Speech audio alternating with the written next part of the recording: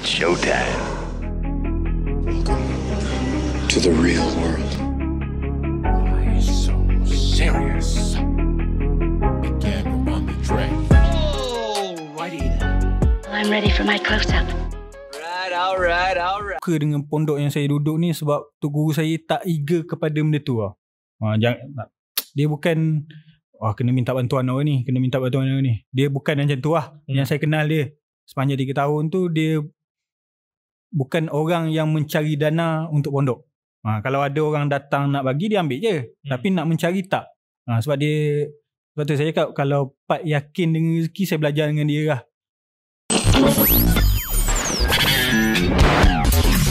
You are now listening to Big Ads Big Story Podcast. Okay guys, kita kembali lagi ke Big Story Podcast di bahagian ketiga untuk podcast kelima ini, bersama dengan kita punya tetamu pada hari ini, Anas, menceritakan pengalaman dia belajar di sekolah pondok dan memilih sekolah pondok daripada belajar di universiti. So tadi aku tanya pasal apa ilmu yang kau paling ingat sepanjang kau belajar sekolah pondok dan momen-momen bersama dengan tok guru kau kan. Apa yang kau paling ingat? Antaranya macam Kuat sikit lah. kalau dari segi ilmu, macam saya cakap tadi lah, dari segi attitude dia lah yang saya bawa sampai sekarang. Kira ilmu yang kau ingat bukannya apa yang dia cakap, apa yang dia tunjuk. Apa yang ditunjuk. Tapi sebenarnya memang macam tu kan. Dakwah yang paling berkesan lah pada aku ialah bukan apa yang kau dengar daripada orang tu sangat sebenarnya. Betul. Dia tentang apa yang orang tu tunjuk dekat kau, dan itu yang membuatkan kau Lagi terkesan jatuh lah. cinta dengan akhlak tu. Betul. Kan? Kebanyakannya saya rasa 3 tahun duduk pondok, benda tu lah yang saya pakai sampai sekarang. Dan selepas kita jatuh cinta dengan akhlak tu, baru kita dengar apa dia cakap, betul tak? Betul. Kalau kita tengok pun sebenarnya itulah dakwah yang Nabi buat. So aku pun rasa teringin juga nak jumpa tok guru kau ni lepas ni. Boleh. Mungkin trip kita ke Terengganu nanti kita singgah sekolah pondok kan. Macam tu guru saya ni, dia jenis apa ciri-ciri pada dia yang membuatkan kau ingat kat dia?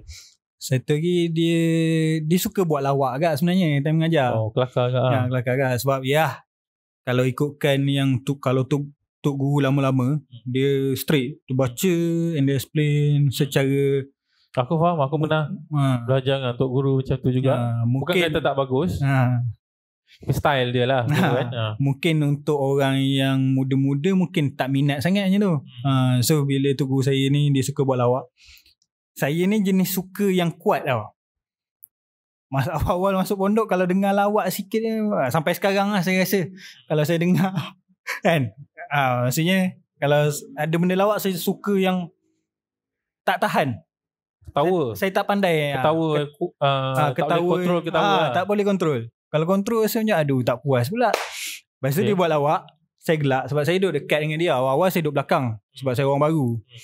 Lepas tu kebetulan ada kosong, lepas tu dia kata duduk sini. So dekat lah dengan dia. Jarak dia macam dia boleh tengok saya macam tu je lah. So lepas tu kalau dia buat lawak, saya gelak. Dia biar gelak. Jangan gelak kuat sangat. Dia kata hilang hafalan ilmu semua. Apa? Betul. Mati hati je lagi. Tersenyap. Terdiam lah saya. Yalah, makan banyak. Tapi masalahnya, saya rasa bila saya gelak, dia lagi buat lawak. Aduh, pasal dia cakap tu. Bukan tak boleh buat lawak lah kan. Sebenarnya kena juga buat lawak sikit-sikit. Bukan buat lawak lah kan. Bagi terhibur sikit, orang yang menuntut ilmu tu. Sebab kadang-kadang bila kita jadi lebih berilmu daripada orang lain ni, kita rasa lepas tu kita jadi bengis. Betul. Bengis tak tentu hala. Betul. Orang pun susah nak jumpa kita. Tu pun tak elok juga. So aku nak tanya satu benda yang aku rasa dah jadi macam trend lah. Bukan baru-baru juga, agak lama jugalah kan. Tentang ibu bapa yang hantar anak diorang yang diorang tak boleh nak kawal degil, nakal ke apa, sekolah-sekolah biasa dah tak boleh terima dia ke apa, dan dia orang parents ni akan hantar ke sekolah pondok. Ada ke budak-budak macam tu kat sekolah pondok? Ada. Memang ada jenis macam tu. Dia sebenarnya kita faham lah mak ayah yang macam ni dia cuba nak ubatkan anak dia dengan ilmu agama. Tapi dalam masa yang sama dia boleh merosakkan budak-budak yang lain tau. So sebab budak nakal masuk, dia tak adanya akan bersih terus. Perangai dia tu masih ada lagi. Lepas tu budak yang duduk pondok, yang taat je dengar apa semua, bila dengar benda baru, so dia orang lagi cepat nak terikut. So efek dekat pondok sebenarnya. Tapi macam untuk guru saya ni, dia tengok dia bukan menolak 100% orangnya ni, tapi dia tengok kalau budak ni still boleh, maksudnya masih muda lagi, boleh dibentuk lagi apa semua, so dia ambil. Tapi kalau terlampau macam tua sangat, maksudnya tua tu dia boleh decide, maksudnya kalau dia nak keluar dia boleh cari kereta nak naik kat mana ke apa semua. Yang macam itu Tok Guru elakkan lah. Itu elakkan lah. Okay. Ada ke yang masuk yang kau kenal sebagai degil lah kan, masuk tapi akhirnya jadi okey, jadi slow sikit ke degil dia tu, ada?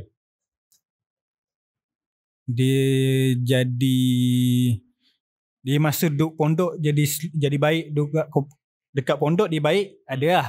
Tapi keluar kadang-kadang sebab dia jumpa circle lama dia apa semua berubah agak. Ada je yang macam tu.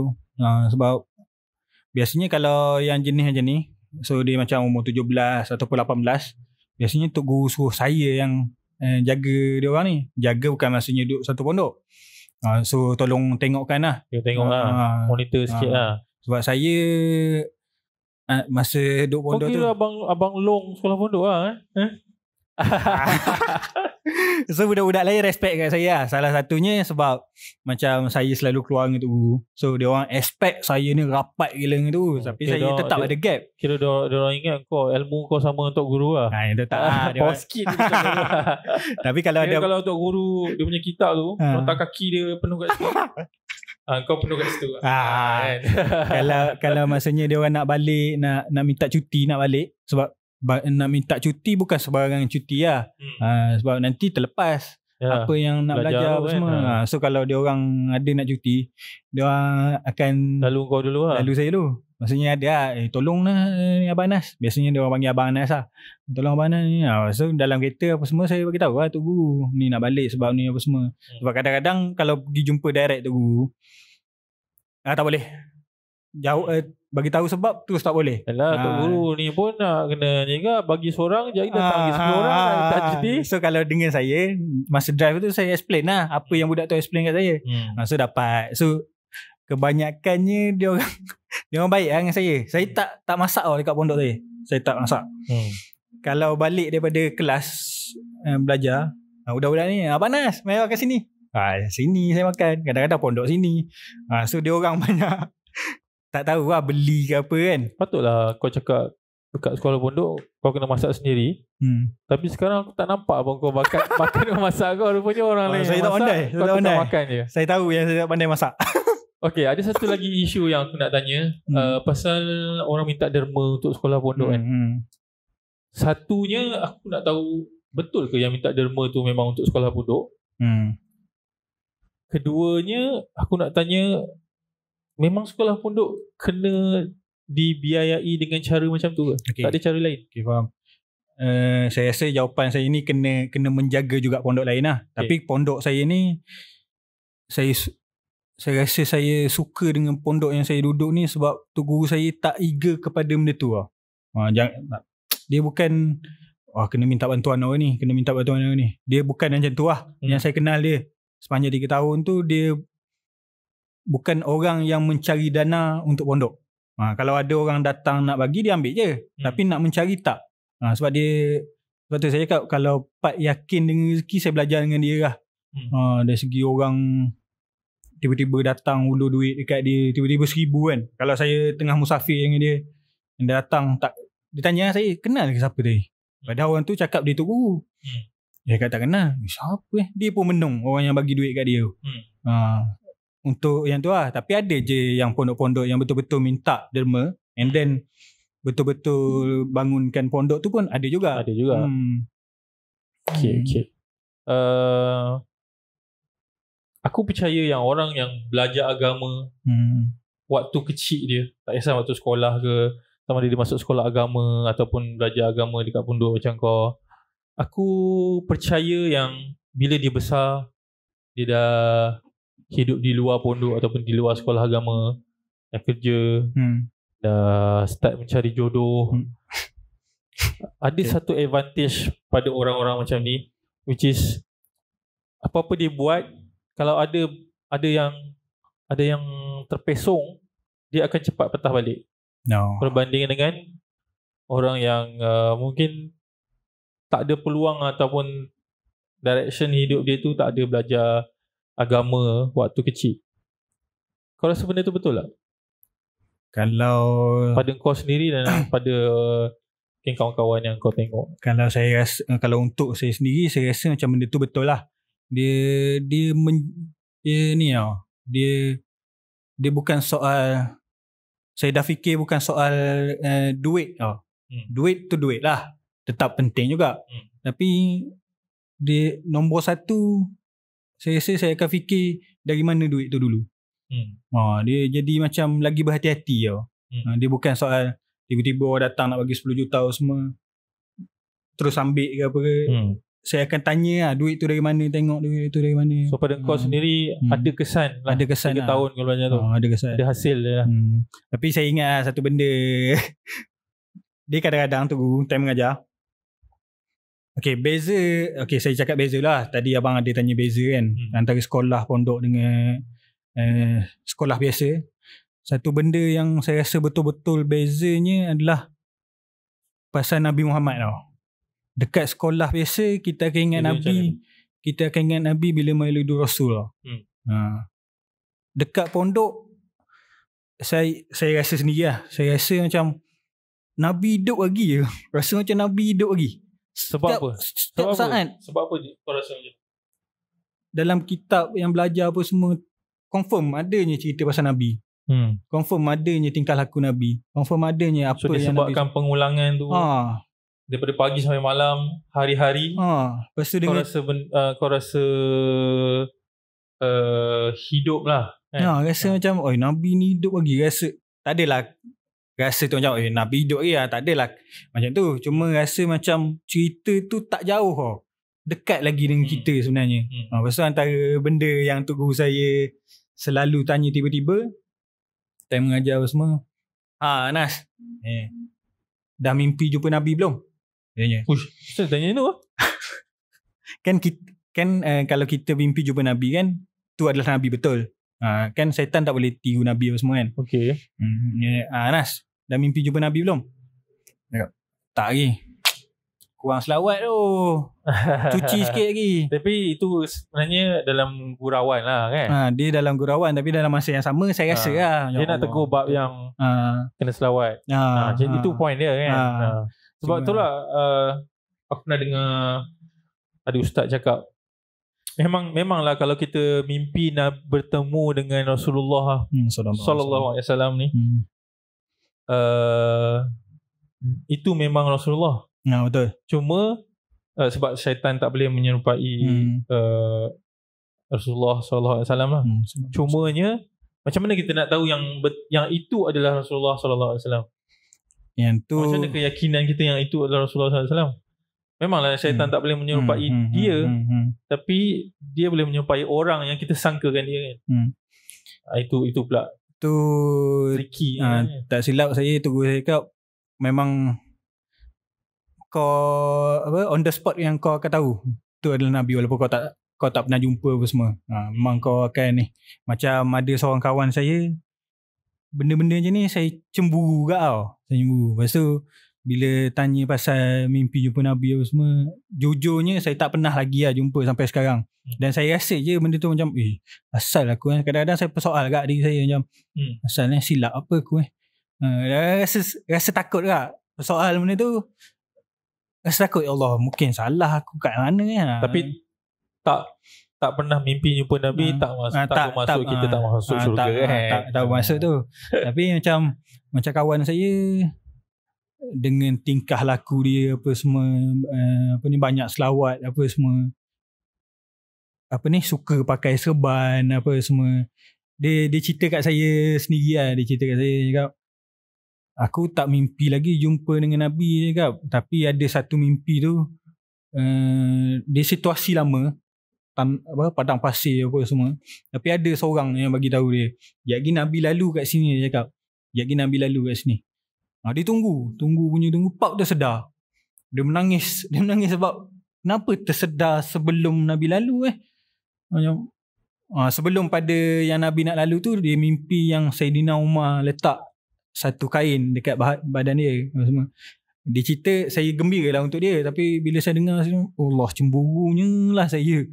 Kenapa kau boleh mimpi kan? Tapi dengan tingkah laku dia apa semua, tak pelik lah. Tapi dia kadang-kadang macam ni kan. Macam kalau lah kau hari-hari daripada subuh sampai ke malam, sambung lagi esok subuh sampai ke malam, kau sentiasa stalk Instagram girlfriend kau, baca copywriting dia, tengok story dia, sebut nama dia, chances untuk kau mimpi pasal girlfriend kau malam tu tinggi lah. Lagi kan? Tinggi lah. So point aku rasa kalau kita mimpi bertemu dengan Rasulullah SAW ni, maksudnya hidup kita memang dah dipenuhi dengan mengingati dia waktu kita sedar. Betul.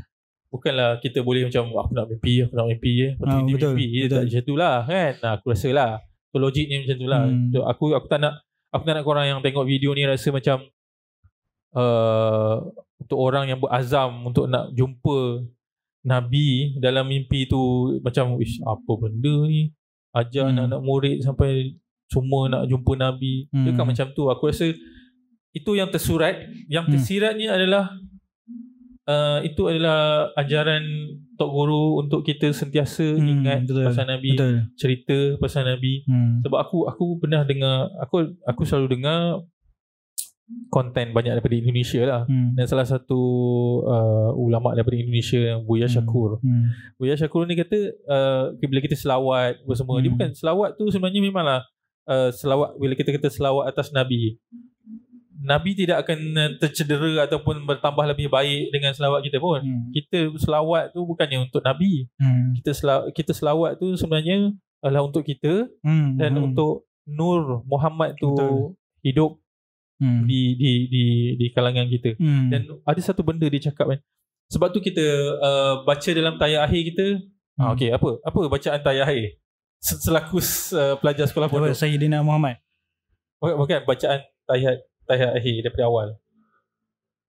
Kan takut salah pula. Okay. Kita baca tahiyat lah. Bukan tahiyat akhir lah, tahiyat kan. Kita baca Assalamualaikum. Kenapa kita baca Assalamualaikum? Sebab berdasarkan nahu kan, grammar, Assalamualaikum tu, ka tu bermaksud orang tu depan kita tau. Kan? Secara detailnya wallahualam lah, saya tak faham. Tapi macam salam sejahtera ke atas kamu lah. So ka tu ialah Nabi kan. So kalau Nabi tu jauh dan kita sedang memberi salam kepada Nabi, kita akan cakap ka, kita akan cakap hu. So ka ni maksudnya orang ni depan kita tau. So bukan itu menunjukkan betapa dekatnya bila kita semayang, betapa dekatnya Nur Muhammad tu dengan kita. Deep pula kita punya macam mengaji pondok lah aku rasa. Sebab pasal satu lagi, Assalamualaikum ayuhan nabiyyu kan. Kita tak guna ya ayuhal, kita guna ayuhal. Ayuhal tu maksudnya orang, bukan orang lah, maksudnya ayuhal ni maksudnya subjek yang kita sedang bercakap ni depan kita. Kalau tak, baik ayatnya ya ayuhal lazina amanu. Ya ayuhal lazina amanu tu maksudnya Tuhan sedang bercakap dengan orang-orang yang beriman, maksudnya ramai, jauh. Kan? Lebih kurang macam tu lah. Saya nak explain pun tak. Aku pun tak tahu kan. Aku nak kau sahkan lah benda ni. Nanti kita jumpa Tok Guru, kita tanya. Okay, insyaAllah. Minta maaf kalau ada salah kan. Cuma boleh tanya ustaz masing-masing lah. Untuk lebih kepastian. Tapi ini apa yang aku belajar dan apa yang aku dengar lah. Lepas tu saya rasa kalau ada perkataan yang saya rasa Tok Guru dulu masa duduk pondok, saya ada sedia satu buku apa kalau orang KL panggil, kalau Terengganu buku log. Tahu tak buku log? Yang buku kulit tebal tu. Dia punya ni tebal. Tapi ada yang kecil punya kan. So buku kecil tu dia. Buku yang kecil punya saya suka tulis apa-apa kata hikmah daripada ulama ni. Walaupun ada je dekat dalam kitab tu dah ada, tapi saya salin balik. Semua. Sebab nak cari balik dalam kitab tu kan senang. Kan? Kita kecil tu kan. Kata-kata daripada Tok Guru sendiri apa semua. Tapi buku tu hilang. Bila last saya nak keluar buku tu hilang. Saya rasa macam aduh. Sayang lah. Kau pernah dengar cerita pasal Imam Ghazali tak? Tahu. Pasal apa? Kena ingat tau. Pasal aku tak payah ulang lah cerita tu. Antara benda yang saya ingat, dia kata kan ada setengah orang kan, bila dia dah ke arah ke agama, yang dia rasa dia ke arah agama, so dia macam menolak dunia ni 100% tau. Mungkin golongan sufi lain lah. Mungkin dia dah yakin dia lain macam kan. So macam orang yang baru ni dia cuba meniru, tapi jumpa orang tu sikit, dunia tu kan. Tu guru saya cakap macam, dia kata dunia ni nak kata tak ada manfaat langsung pun tak juga dia cakap. Dunia ni tu guru saya umpamakan sebagai alas kaki tau. Dunia ni umpama alas kaki. Ada tak manfaat? Manfaat ada. Lap kaki. Lap kaki. Tetap ada manfaat. Tapi kalau ambil kantar pembesar, tengok dekat situ berapa juta kuman. Berapa juta kuman kat situ. Itulah dunia. Nak menafikan bahawa dunia ni tak ada manfaat, tak boleh. Tetap ada manfaat. Aku pernah dengar sampai dunia tu letak dekat tangan, jangan letak kat hati lah. Kira Tok Guru kau cakap dunia tu je alas kaki dah next level lah tu. Lagi bawah lagi. Lagi bawah lagi bertangan. Dia atas lagi sikit. Sebab saya jenis macam kalau lawak, yelah lawak lah. Tapi kalau benda tu deep, saya rasa saya cepat faham tak dengan benda-benda macam tu. So kadang-kadang saya tulis apa semua.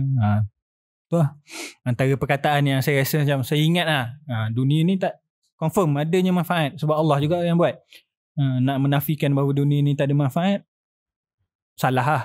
Tetap ada manfaat. Tapi kita tahu dunia ni lagi banyak buruknya daripada manfaat tu. Okay, Anas, kita pun dah bersembang lama. Terima kasih banyak-banyak atas perkongsian ni. Aku selalu jumpa Anas, tapi aku tak pernah bersembang sedetail ni pasal pengalaman dia masuk sekolah pondok ni.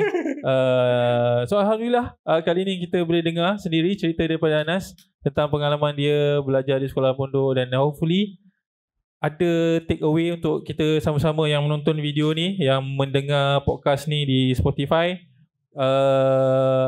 Aku nak minta just sebaik korang yang dengar, kalau ada yang korang suka, komen apa yang korang suka pasal video kami di Big Story Podcast, dan share kepada kawan-kawan yang lain, sebab pendengar-pendengar dan penonton-penonton yang awal ni adalah penonton yang memang cari benda ni dan akan sebarkan dekat orang lain, dan hopefully ada lebih ramai lagi orang boleh dengar, dan hopefully kami boleh sebarkan lebih banyak kebaikan dan share cerita-cerita menarik dan cerita-cerita yang boleh dijadikan pengajaran dalam Big Story Podcast. Okay, sampai sini saja. Jumpa di episod Big Story Podcast yang akan datang. Terima kasih semua.